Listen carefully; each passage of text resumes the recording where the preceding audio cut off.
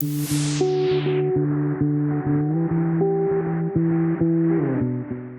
I am Joshua Rappaport from REMAX Romantica here in Puerto Vallarta, and today I'm making this video to talk to you about having Mexican residency status. So when we're talking about residency status, so when you come into Mexico as a tourist, you're on holiday, you're coming in on residency status as a tourist, which usually allows you to stay in Mexico for up to 180 days, which is 6 months, right?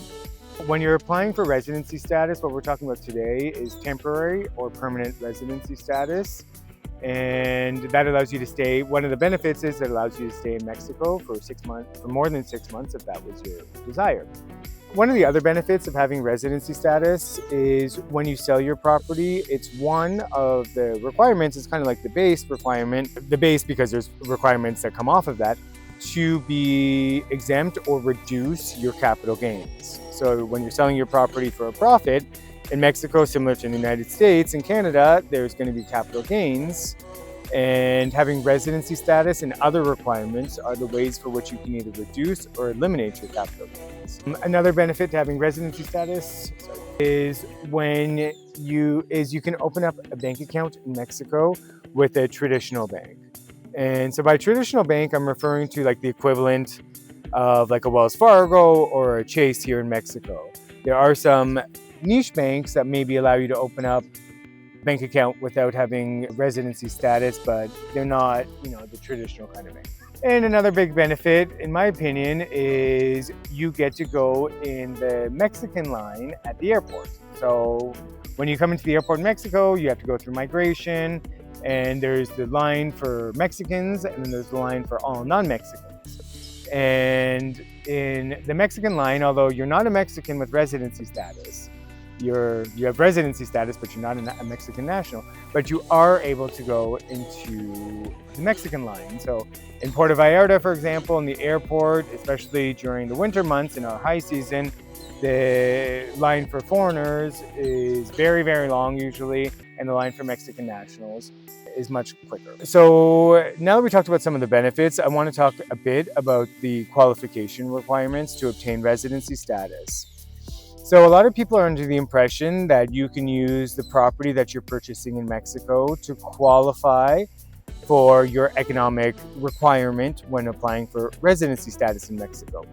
Well, that is true. There are minimum values to how much the property needs to be worth, the value of the property. And the value of the property is not based on what you're paying for the property.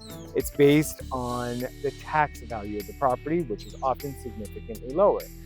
So often, even $1 million homes, if you're buying a home for $1 million, it could be that home or condo doesn't have the tax value sufficient enough to qualify you for residency status. Another way to qualify for residency status is by documenting that you have a certain amount of money in a bank account. Now, what can often be the problem with that is a lot of our clients use their savings or investment account to invest in the property here in Mexico, meaning that, they no longer have the money available in the account to meet that requirement. Now, I'm not trying to discourage you or anything like that, but I mean, the reason I'm mentioning all this is because it might often, for many clients, it's often beneficial to obtain residency status prior to purchasing the property, precisely because of what I've just mentioned. That often, the clients have the money in the investment account that they need, they have the balance that they need to qualify for residency status, but they end up using that money to purchase the property here in Mexico. So that's the reason why it's often beneficial to obtain residency status prior to actually purchasing the property. Now, with all that being said, we understand that, that's more bureaucracy, that's more paperwork, that's a huge extra step. And of course, that's something that, everybody needs to evaluate for their particular situation, whether, they'll be able to qualify for residency status after purchasing the property, whether residency status is important enough for them to do the paperwork prior to purchasing the property, what have you. But I mean, the purpose of my video today is just to kind of give you the information, and so this way you can make the decision that's best for you.